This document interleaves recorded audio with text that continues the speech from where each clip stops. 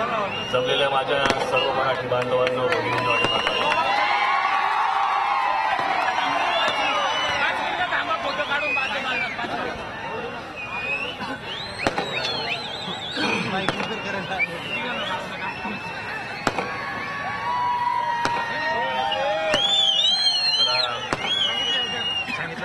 मी दिलगिरी व्यक्त करतो की यायला उशीर झाला, पण माझ्या हातात काही नाही हो.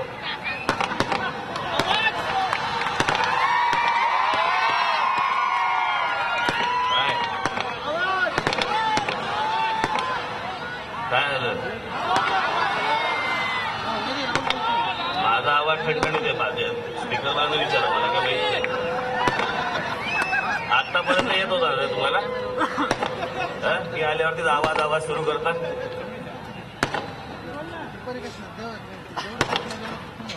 आता सगळ्यांची भाषणं ऐकली बरोबर. हे माझे एक कॅमेरेवाले खाली बसाले सगळे.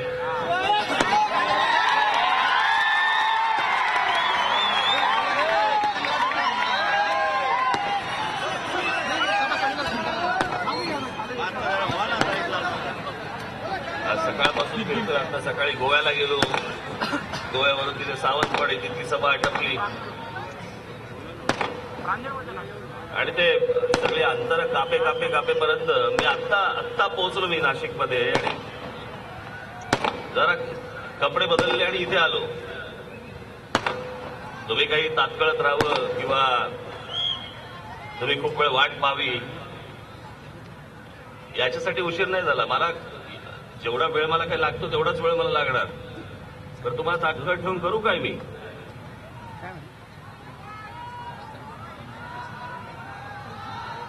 मी काही नाही करू शकत. तुम्हाला जमलं तर ऐका, कारण माझ्या हातात काही नाही, यांच्या हातात आहे. आणि मी बोलत असताना आता आवाज करत बसू नका.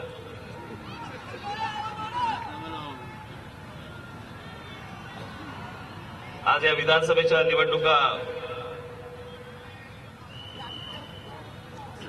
लागल्या आणि या सगळ्या महाराष्ट्रातल्या सगळ्या मतदारसंघांमध्ये मला अशक्य जाणं आहे.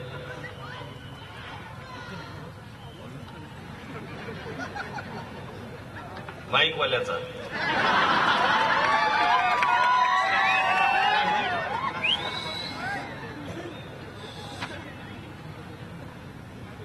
आणि म्हणून मी कुठे 5 मतदारसंघांची एक सभा, 4 मतदारसंघांची एक सभा असं करत पण नाशिकला ते शक्य नाही. नाशिकला प्रत्येक मतदारसंघात सभा घेतलीच पाहिजे.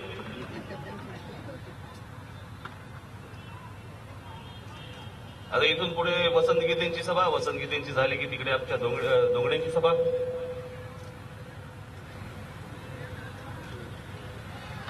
आज आता कोकणामधनं मी आलो.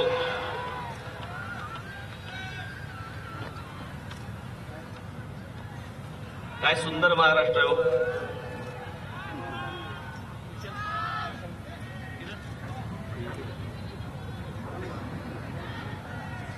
तुम्ही आवाज करणार असेल मी बसू का खाली? पुढच्या सभेला जाऊ का आता मी?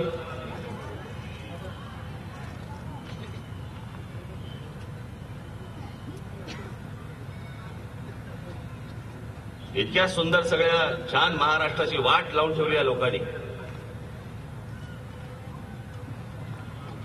आणि ज्यांनी वाट लावली त्यांना प्रश्न विचारले जात नाहीत.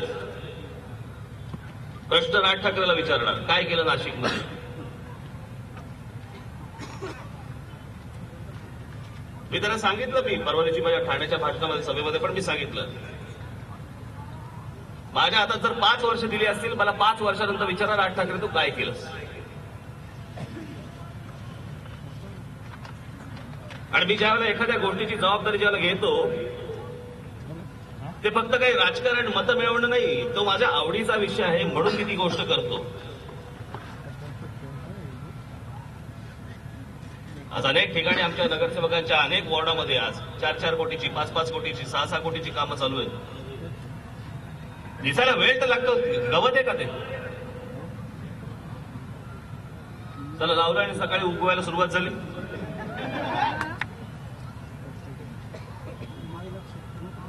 ज्या नाशिकला मी शब्द दिलाय,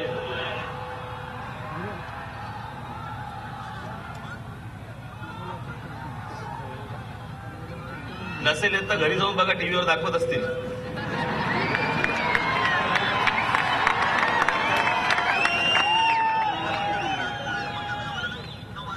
आणि जाणून बुजून जर कोणी काय करत असेल ना इथे आवाज इथून बाहेर पण पडायचं लक्षात ठेवा.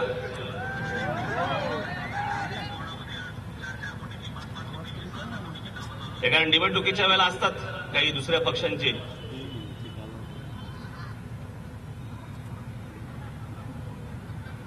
आज या नाशिक शहरामध्ये मी ज्या गोष्टी आणतोय, मी ज्या गोष्टी करतोय, हे इथे गोदापार्क आपण करतोय. आजपर्यंत ज्यांच्या हातामध्ये 20-20, 25-25 वर्ष हातामध्ये सत्ता दिली, काय केलं या लोकांनी? यांना कधी प्रश्न विचारले जाणार नाहीत. मी महानगरपालिकेचे पैसे खर्च होऊ नयेत म्हणून कॉर्पोरेट फंड आणला. मी रिलायन्सशी बोललो, मुकेश अंबानींशी बोललो, म्हटलं असा असा माझा प्रोजेक्ट आहे, मला मदत करणार का नाशिकमध्ये? मला बोले काय प्रोजेक्ट आहे दाखवा मला. मी संपूर्ण प्रोजेक्ट दाखवला. मला बोले अप्रतिम प्रोजेक्ट आहे, किती पैसे लागतील तेवढे मी करायला तयार आहे, हा प्रोजेक्ट मी करणार. कामाला सुरुवात झाली. त्याच्यामध्ये ते अगोदरचे कमिशनर होते, त्यांना सातच सांगतोय नवीन नवीन अडचणी काढतायत, नवीन नवीन अडचणी. आज बघा राज ठाकरेकडे नाशिक आहे. आज जवळपास 7-7.5 महिने कमिशनर दिलेलं नाही नाशिक शहराला. आणि कमिशनरमुळे सगळे कामं अडली, त्याची सही होत नाही, त्याच्यामुळे पुढे जाता येत नाही. त्या पृथ्वीराज चव्हाणांना मी 4 ते 5 वेळा 6 वेळा फोन केला. म्हटलं कमिशनर तर द्या. मग लोकसभेची आचारसंहिता होती म्हणे, आचारसंहिता संपली, त्याच्यानंतर 4 महिने गेले. मी म्हटलं अहो आता तरी कमिशनर द्या. नाही लवकरात लवकर देतो. पुढची विधानसभेची आचारसंहिता लागली. म्हणजे माझ्या हातात आहे म्हणून मला कामं करू द्यायची नाही, कमिशनर नाही. म्हणजे इतक्या मोठ्या शहराला 7-7, 8-8 महिने कमिशनर नाही. हे इथे आमचं पांडव लेणींच्या खालचं ते सगळी जागा मी ती सगळी पाहिली. मी मागच्या वेळेलाच पाहिली होती. मला तिकडे एक उत्तम सुंदर बोटॅनिकल गार्डन करायचंय की तिकडे आमच्या माता भगिनी संध्याकाळी मुलांना घेऊन जातील. आतमध्ये सुंदर एक तलाव आहे त्याच्या. मी त्याच्यासाठी देखील मी रतन टाटांशी बोललो. रतन टाटांना सांगितलं, म्हटलं मला असा असा प्रोजेक्ट करायचा, इथे एक सुंदर बोटॅनिकल गार्डन करायचंय. त्यांनी 4 लगेच माणसं पाठवली इथे नाशिकमध्ये ते संपूर्ण बघायला. त्यांनी त्यांचा सर्वे केला. सर्वे केल्यावरती मला सांगितलं गो अहेड. मी पतंगराव कदमांना भेटलो, कारण ती वन खात्याची जमीन आहे. मी म्हटलं त्यांना, पतंगरावना म्हटलं हो ही वन खात्याची जमीन, मी म्हटलं तुम्ही महानगरपालिकेला द्या, वन खात्याचीच जमीन राहील, तुमचीच जमीन राहील, मला काही घ्यायची नाही ती जमीन. पण म्हटलं त्या वन खात्याची जमीन म्हटलं त्या महानगरपालिकेला दिल्यावरती म्हटलं आम्ही ती चांगल्या प्रकारे डेव्हलप करतो. काय बोलले असते ते पाहावं लागेल. ह्याच्या अगोदर असं कुठे काही घडलंय का? मी म्हटलं घडलं नसेल तर घडवा. अजूनपर्यंत जमीन हातामध्ये दिलेली नाही. हे आमच्या इकडचं शिवाजी मैदान, हा संपूर्ण अख्खा फ्लायओव्हर. मी आनंद महेंद्रांशी बोललो. मी आनंद महेंद्रांना सांगितलं, म्हटलं असं असं आहे, इथले एक बाग, मोठी बाग डेव्हलप करायची आहे मला. हे संपूर्ण नाशिक शहर, या नाशिक शहराला याची ओळख एक गार्डन सिटी म्हणून मला उभी करायची आहे. बागांचं शहर, बागांचं शहर. लोक मैसूरला जातात, अजून कुठे कुठे जातात, आणि आज रिकाम्या जागा मिळत नाहीत. सगळं काही विकून टाकायचं. सगळ्यावरचे रिझर्वेशन बागांची असतील, मैदानांची असतील, काढून टाकायची, विकायचं फक्त. पूर्वी होतं ना इंच इंच लढू, तसं या राज्यकर्त्यांचं आहे, इंच इंच विकू. आज आनंद महेंद्रांची बाग घेतली हातामध्ये, ते मैदान घेतलं हातामध्ये. मी म्हटलं हा फ्लायओव्हर संपूर्ण आहे, या फ्लायओव्हरच्या खालची जमीन, म्हटलं तिकडे गाड्या बिड्या लागायला लागल्या, सगळ्या सगळी घाण व्हायला लागली. मी विचारपूस केली, म्हटलं हा संपूर्ण फ्लायओव्हर कोणाच्या हाताखाली येतो, काय येतो? नंतर मला लक्षात आलं, कोणीतरी सांगितलं हा नितीन गडकरींच्या हातामध्ये येतो. मी नितीन गडकरींचा फोन केला, म्हटलं असं असं आहे, मला इथे अशा प्रकारची गोष्ट डेव्हलप करायची त्याच्या खाली, की संध्याकाळी आमची लोक त्याच्या खाली जाऊन बसतील, आनंद मिळेल त्यांना या सगळ्या गोष्टींचा. त्याचाही आराखडा तयार केला. नितीन गडकरींनी महानगरपालिकेला पत्र पाठवलं. आमचा कमिशनर गेला, अजून रखडलंय. एखाद्या शहराकडे एखाद्या राजकीय पक्षाचा नेता स्वतःहून लक्ष घालून एवढ्या गोष्टी आणतोय, महानगरपालिकेचा 1 रुपया खर्च न करता मी बाहेरून फंड आणतोय, असं कुठच्या तरी महानगरपालिकेत झालंय का? मला जरा सांगा. कोणीतरी लक्ष घालतं का सांगा? इतकी वर्ष इतक्या लोकांच्या हातामध्ये इतक्या महानगरपालिका दिल्या, कोणीतरी लक्ष घातलं का? कोणीतरी बघतंय का त्याच्यामध्ये? या सगळ्या लोकांना सांगितलं माझ्या शहरामधले, या नाशिक शहरामधले रस्ते कसे असले पाहिजेत, फुटपाथ कसे असले पाहिजेत, त्याची रेलिंग्स कशी असली पाहिजेत, त्याच्यावरती स्ट्रीट लाईट्स कसे असले पाहिजेत. कोणतरी विचार करतं का हो या शहरांचा?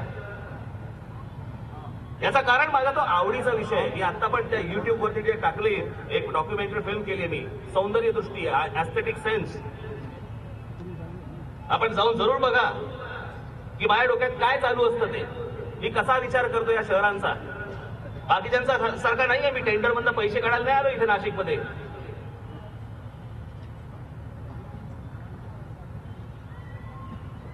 जाऊन तुम्ही बघा ती नक्की. आता इथून तुम्ही उठाल ज्या वेळेला, त्यावेळेला युट्यूब वरती ती, त्याचं नाव आहे मला असं वाटतं राज ठाकरे's ऍस्थेटिक विजन.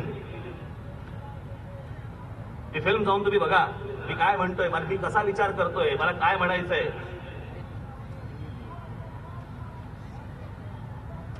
विनाकारण नुसते आपले माझ्यावरती आरोप करतायत. काय चाललंय नाशिकमध्ये? दुसरा काही धंदा नाही ना. बरं असं काय घोडं मारलं मी तुमचं?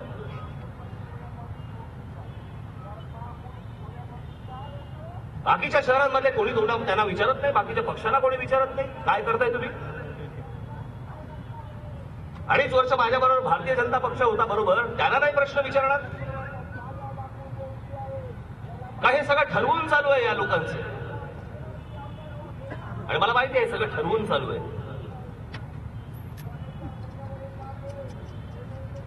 मला जी ही शहरं मोठी करायची आहेत, उभी करायची आहेत,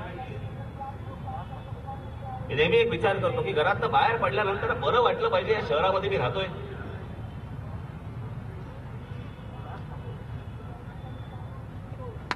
मी माझं काम करत राहणार.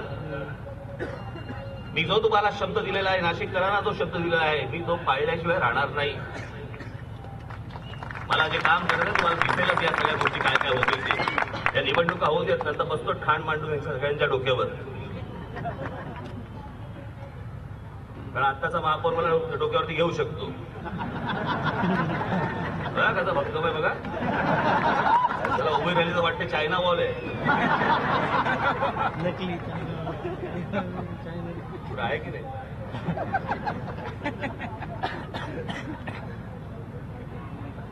आज मी त्याच अंगाने आज अख्ख्या महाराष्ट्राकडे पाहतो. इतकी वर्ष जो प्रचार करतोय त्या पक्ष प्रचार करताना मला वीट आला त्या गोष्टींचा, म्हणून मी हा महाराष्ट्राचा विकास आराखडा करायला घेतला. सगळ्या गोष्टींचा त्याच्यामध्ये पूर्णपणे विचार करून झाला, आणि तो विचार करून झाला. सगळ्यांना तज्ञांना ऐकवलं, सगळ्या तज्ञांना दाखवलं, सगळ्या तज्ञांनी ती गोष्ट पाहिली. आणि होऊ शकतं का? या सगळ्या गोष्टी आर्थिकदृष्ट्या होऊ शकतात का? घडू शकतात का? होऊ शकतात का? हे सगळं पाहिल्यानंतर त्याच्यानंतर मी तो विकास आराखडा आणला. आणि म्हणून मी त्याच्या खाली ओल्ड जी टाकली आहे की होय हे शक्य आहे, ते त्याच्यानंतर मी टाकलं की हे सगळं होणं शक्य आहे, सगळ्या गोष्टी होऊ शकतात. हे आमचे इथे अनिल शितोरे यांनी हे आणि यांची टीम एक हाती तो सगळा अख्खा विकास आराखडा इतकी दिवस इतकी वर्ष काम करतायत.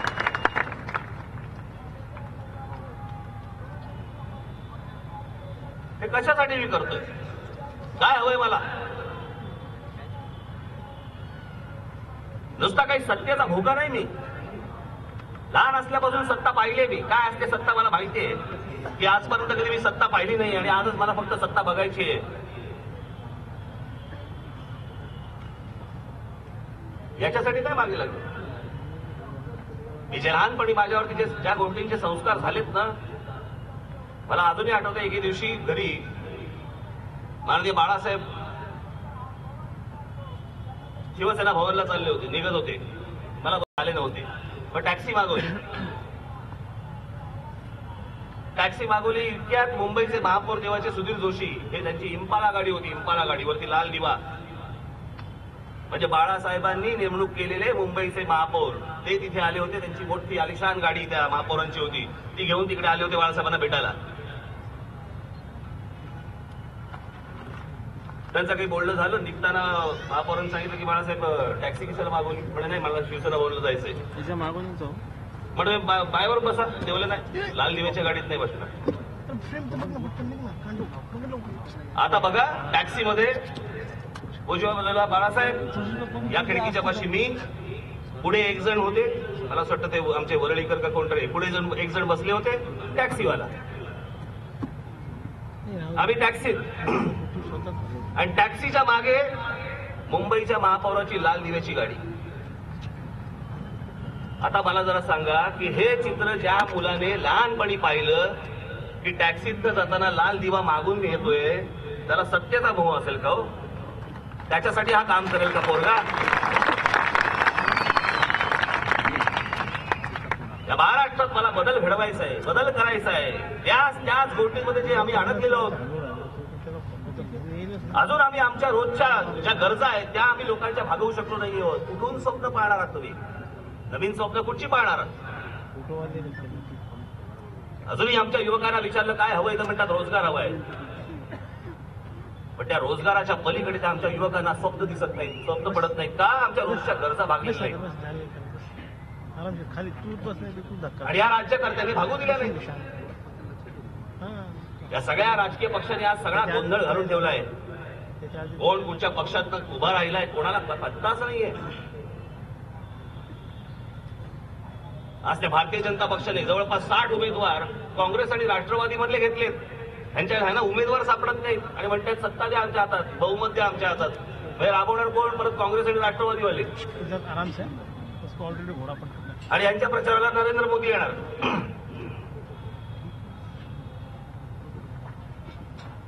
हे काँग्रेस राष्ट्रवादीवाले नालायक म्हणून यांच्याकडे लोक बघत होते.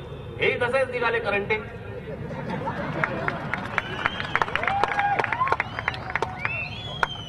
तुमचा विचार नाही मला जागा किती मिळणार, तुला 10 मिळणार का मला 15 मिळणार, तू खाली ये मी वर येतो.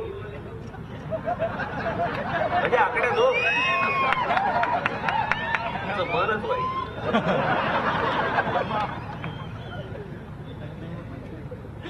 हे तुम्ही अशा हसता म्हणून माझं मन वाईट व्हायला लागतं. मला काहीतरी वेगवेगळं सुचायला लागतं. सगळे काँग्रेस राष्ट्रवादीवाले हाडरडे.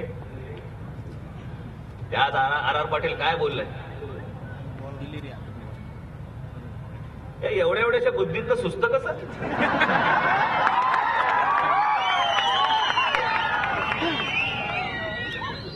मागे म्हटलं होतं ना, ती पोलिसांची छाती मोजताय, त्यांची उंची मोजताय, याची कोणी मोजायची? छाती नाही उंची नाही तरी गृहमंत्री महाराष्ट्राचं. वा रे वा, काय बोललास? आणि तेही खोटं. आमचे आपले एक उमेदवार सुधाकर खाडे, ज्यांच्यावरती 2007 साली याच आर पाटलाने बलात्काराचा गुन्हा टाकला. पोलिसांना धरून पोलीस बिचारे काय करणार? गृहमंत्र्यांनी सांगितलं टाकायचं, टाकला. कोर्टामध्ये गेलं प्रकरण. कोर्टामध्ये 2009 का 10 ला निर्दोष सुटला माणूस, निर्दोष. आणि कोर्टाने पोलिसांवर ताशेरे टाकले की तुम्ही असले गुन्हे टाकता, खोटे गुन्हे टाकता त्याच्यावरती, असं कोर्टाने दिलं जजमेंट. आज तोच सुधाकर खाडे आमचा उमेदवार आज आर पाटलांच्या विरोधात तिकडे विधानसभेला उभा आहे. पुन्हा त्याच्यावरती बलात्काराची केस टाकली. काय छंद आहे का?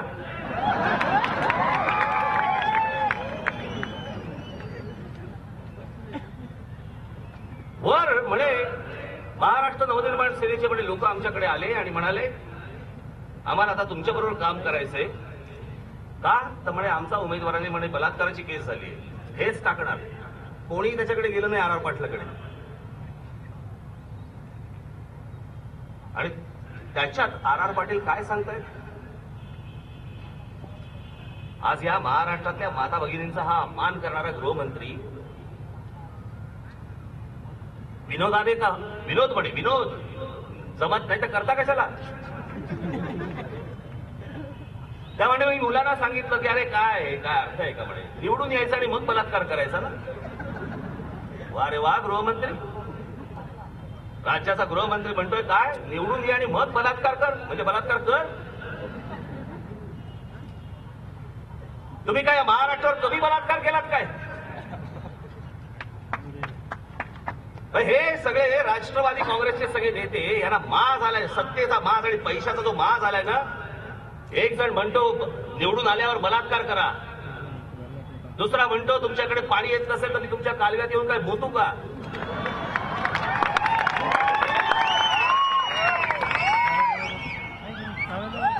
शरद पवारांची मुलगी ती काय म्हणते, काहीतरी मध्यंतरीच्या काळामध्ये बोलली मंत्र्यांच्या गाड्या जाळा. नंतर कळलं तिला आपण त्याच पक्षात होत.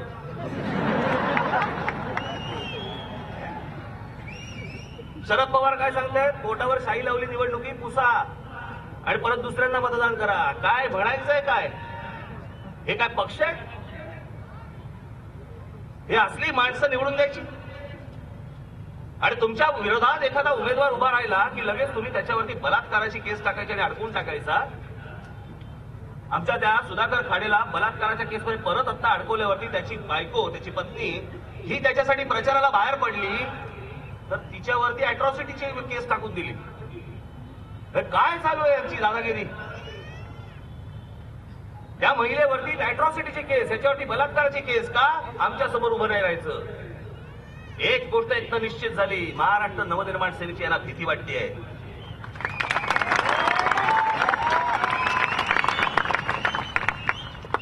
कारण तिकडे इतरही पक्षाचे लोक उभे आहेत, पण नाही, आमच्या सुधाकरवरती टाकली ती, त्याच्या पत्नीवरती टाकली का? ती प्रचाराला बाहेर पडते, ती बाहेर पडू नये म्हणून अॅट्रॉसिटी. आणि हे कसं आहे, बलात्काराची केस आणि अॅट्रॉसिटीची केस याला जामीन मिळत नाही, डायरेक्ट अटक. आणि म्हणून ह्या असल्या गोष्टींमध्ये लोकांना अडकवायचं, हे धंदे या राज्यकर्त्यांचे. अशा प्रकारे तुम्ही ह्या सगळ्या गोष्टी राबवणार आहात. या निवडणुकीमध्ये हा राष्ट्रवादी नावाचा पक्ष आहे ना, हा तुम्हाला गाडा वाच लागेल, गाडा वाच लागेल, त्याशिवाय काही होणार नाही. एक ना धड सगळं त्यांचं.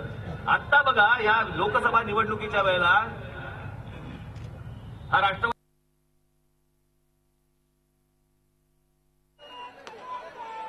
बैठकावर सगळ्या पूर्ण झाल्या. मग आरएसएस मधले कोणतरी एक होते, त्यांनी सांगितलं की नाही आता काही करून चालणार नाही. मग ते सगळं प्रकरण थांबलं.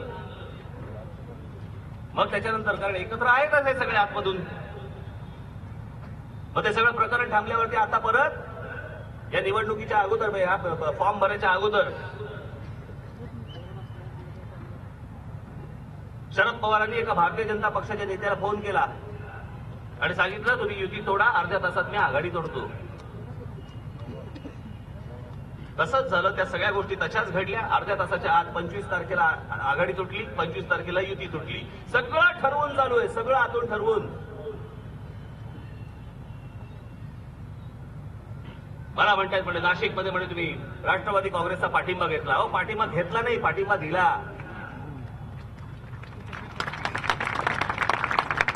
आणि हे भारतीय जनता पक्षवाले हे माझ्याकडे येऊन गेले सगळे नाशिकचे, काय पाहिजे महापौर पद द्या, नाही तर आम्ही नाही पाठिंबा देत.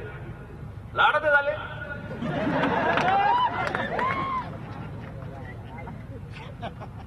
आणि नंतर ते कोण मुनगंटीवर स्वार, मुनगंटीवार, त्याला मी फोन केला, म्हटलं काय करायचं ठरवलं तुम्ही? काय राजी, आता हरियाणाच्या निवडणुका लागल्या, त्याच्यामुळे आता आपल्याला हे शक्य होणार नाही. हरियाणात यायला विचारता का कोणी? हरियाणाच्या निवडणुका लागल्या, त्याचा नाशिकच्या महापौराचा काय संबंध? जणू काय तिकडे वाट बघवते, काय होतंय काय, आपण त्याच्यावरती निर्णय करू. नाशिकमध्ये काय होतंय? यायचं नव्हतं ते, यायचं नव्हतं आणि मलाही घ्यायचं नव्हतं. मग त्या दरम्यान मला नाशिकमधून फोन आला की राष्ट्रवादीवाले आपल्याला पाठिंबा देऊ इच्छितात. मी म्हटलं पदं नाही द्यायची, नाही तर उपमहापौर पद वगैरे नाही. म्हटलं तसं काही नाहीये, ते असे बाहेरून पाठिंबा द्यायला तयार आहेत. म्हटलं द्या, कामं तरी पूर्ण करतो. एक गोष्ट तुम्हाला सगळ्यांना सांगतो, हा राज ठाकरे पुढे सत्तेसाठी लाचार होणाऱ्यातला नाहीये, बिलकुल नाही. तर मला लाचार व्हायची आजच्या गोष्टी करायची वेळ आली, लाट मारेल सत्तेवरती.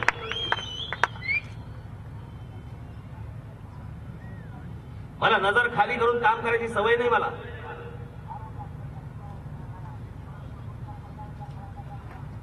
पण हे आमचे लोक सगळेजण लिहित बसणार त्याच्यावरती. बघा पाठिंबा घेतला, तुमच्यामध्ये संभ्रम निर्माण करायचा, जणू काही जणांच्या सोपाऱ्या घेऊनच लिहितात.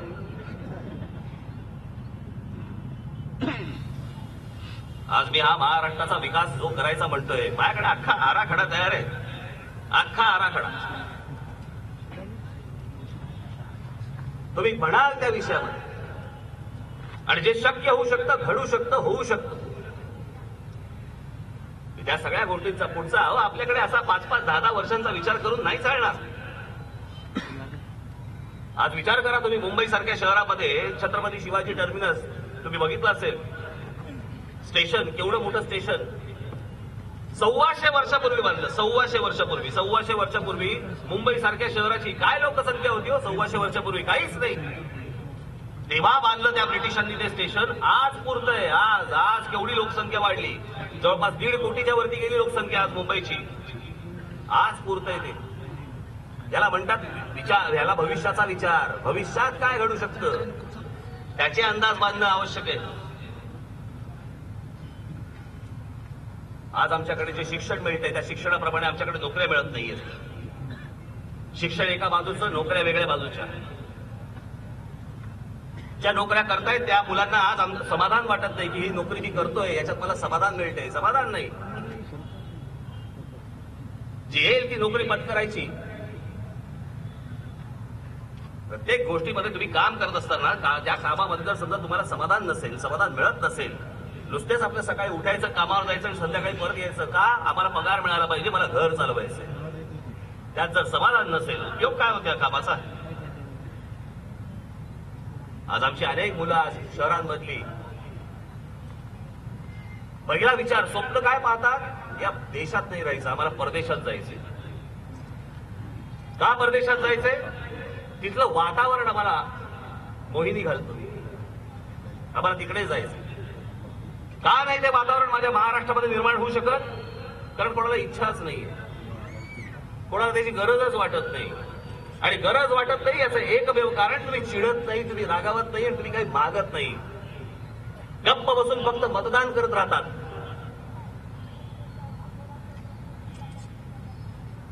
आज रोजगाराची संधी इतकी मोठ्या प्रमाणावरती उपलब्ध होऊ शकते, इतक्या मोठ्या प्रमाणावरती. आज आमच्याकडे फळबागा आहेत, आज आमच्याकडे शेती आहे, पण शेतीवरती प्रक्रिया करणाऱ्या कोणत्या आमच्याकडे कारखाने येत नाहीत. आमच्याकडे फळबागा आहेत, फळबागांवरती प्रक्रिया करणारे कोणते कारखाने येत नाहीत. आज आमच्याकडे पर्यटनामध्ये काही होत नाही. या त्र्यंबकेश्वरला गेल्यानंतर ते डोंगर पाहिल्यावरती असं, अहो मी तुम्हाला सांगतो, त्या मॅकॅरस गोल्ड चित्रपट बघा, त्या ग्रँड कॅनियनवरचा. सगळे आपले उमेदवार, या सगळ्या उमेदवारांना, इथे नितीन आहे, तिथे आमचा वसंत आहे, तिथे आमचा रमेश आहे, त्या सगळ्यांना तुम्हाला येत्या 15 तारखेला रेल्वे इंजिन या निशाणीवरती बटन दाबून त्याला प्रचंड मताने विजयी करावं असं एक आवाहन सगळ्यांना करतो आणि आपण सर्वांची मी रजा घेतो. जय हिंद, जय महाराष्ट्र.